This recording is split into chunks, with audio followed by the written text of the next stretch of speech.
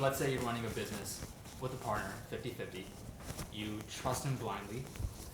You worked with him for a long time, and you feel like you have a sense for who he or she is.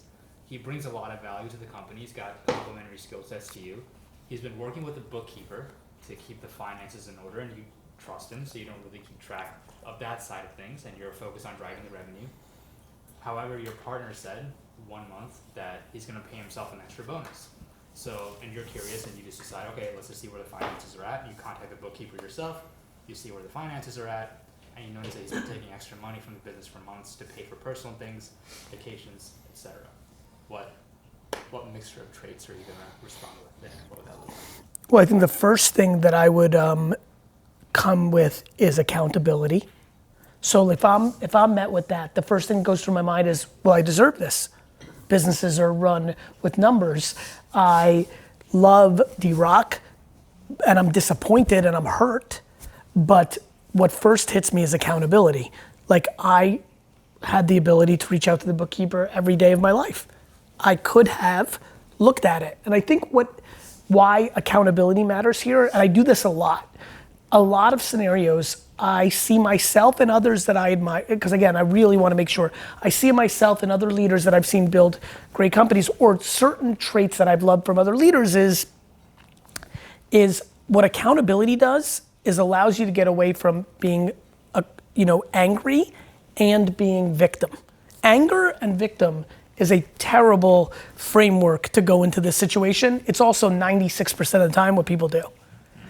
I go immediately into accountability because then it kind of like makes it feel better, because I'm like, well, I took my eye off the ball. Well, it was always here for me. It's not like every day for 12 years, this partner kept me away from the bookkeeper. Like, it wasn't like I was in a year of fraud. I could have looked. So accountability immediately comes out. The next thing that comes to me is empathy. I, based on this scenario, have a pretty good feeling for this person, good warm feelings towards this person. So I go into some form of compassion, empathy, and worry. I swear to God, like I just went through my head like I was making pretend it was Brandon or somebody real, immediately I'd go into worry. Empathy, I'd be like, something's wrong. Is his or her marriage falling apart and they're having an affair? Is there something I don't know about? Is their kid sick? Like, are they going through a midlife crisis? You know where my brain goes? Is he or she dying and they're just trying to enjoy this next,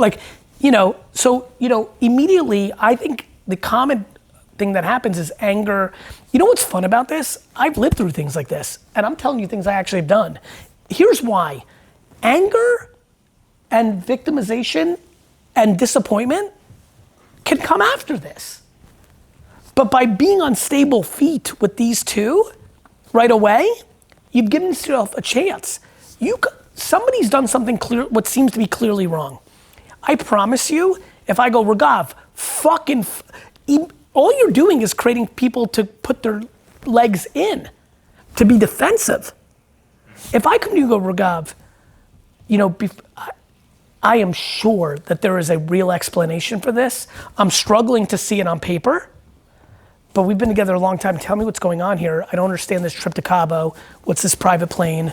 I don't understand this Tiffany's ring. Help me here. What don't I understand? What am I missing? That changes everything.